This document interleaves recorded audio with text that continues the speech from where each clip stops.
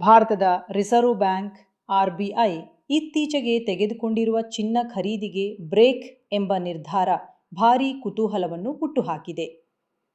ಜಗತ್ತಿನ ಅನೇಕ ಕೇಂದ್ರ ಬ್ಯಾಂಕುಗಳು ಚೀನಾದಿಂದ ಪೋಲೆಂಡ್ವರೆಗೆ ಚಿನ್ನವನ್ನು ಭರದಿಂದ ಖರೀದಿಸುತ್ತಿರುವಾಗ ಭಾರತ ಮಾತ್ರ ತನ್ನ ಚಿನ್ನದ ಖರೀದಿಗೆ ತಾತ್ಕಾಲಿಕ ವಿರಾಮ ನೀಡಿದೆ. 2025ರ ಹಣಕಾಸು ವರ್ಷ ಆರಂಭವಾಗಿ 3 ತಿಂಗಳು ಕಳೆದರೂ RBI ತನ್ನ ಚಿನ್ನದ ಮೀಸಲಿಗೆ ಯಾವುದೇ ಹೆಚ್ಚಳ ಮಾಡಿಲ್ಲ. ಕಳೆದ 2 ತಿಂಗಳಿಂದ 1 ಗ್ರಾಂ ಚಿನ್ನವು ಖರೀದಿಸದಿರುವುದು ಈ ನಿರ್ಧಾರವನ್ನು ಇನ್ನಷ್ಟು ಗಮನಾರ್ಹವಾಗಿಸುತ್ತದೆ. ಇದರಿಂದಾಗಿ RBI ತಾತ್ಕಾಲಿಕವಾಗಿ ಚಿನ್ನದ ಖರೀದಿಗೆ ಬ್ರೇಕ್ ಹಾಕಿದ್ದು, ಬೆಲೆ ಇಳಿದ ನಂತರ ಮತ್ತೆ ಖರೀದಿಗೆ ಮುಂದಾಗಬಹುದು ಎಂಬ ತಂತ್ರವನ್ನು ಅನುಸರಿಸುತ್ತಿದೆ. ಈ ತಾತ್ಕಾಲಿಕ ತಂತ್ರದ ಜೊತೆಗೆ RBI ದೀರ್ಘಕಾಲೀನ ತಂತ್ರವನ್ನು ರೂಪಿಸಿಕೊಂಡಿದೆ.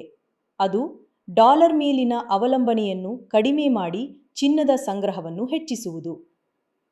ಕಳೆದ 5 ವರ್ಷಗಳಲ್ಲಿ RBI ತನ್ನ ಚಿನ್ನದ ಸಂಗ್ರಹವನ್ನು ಸುಮಾರು 1/3 ಹೆಚ್ಚಿಸಿದೆ. ಇದರಿಂದ ಮುಂದಿನ ದಿನಗಳಲ್ಲಿ ಚಿನ್ನ 10 ಗ್ರಾಂಗೆ $2.6ಗೆ ಇಳಿಯುವ ಸಾಧ್ಯತೆ ಹೆಚ್ಚಾಗಿದೆ.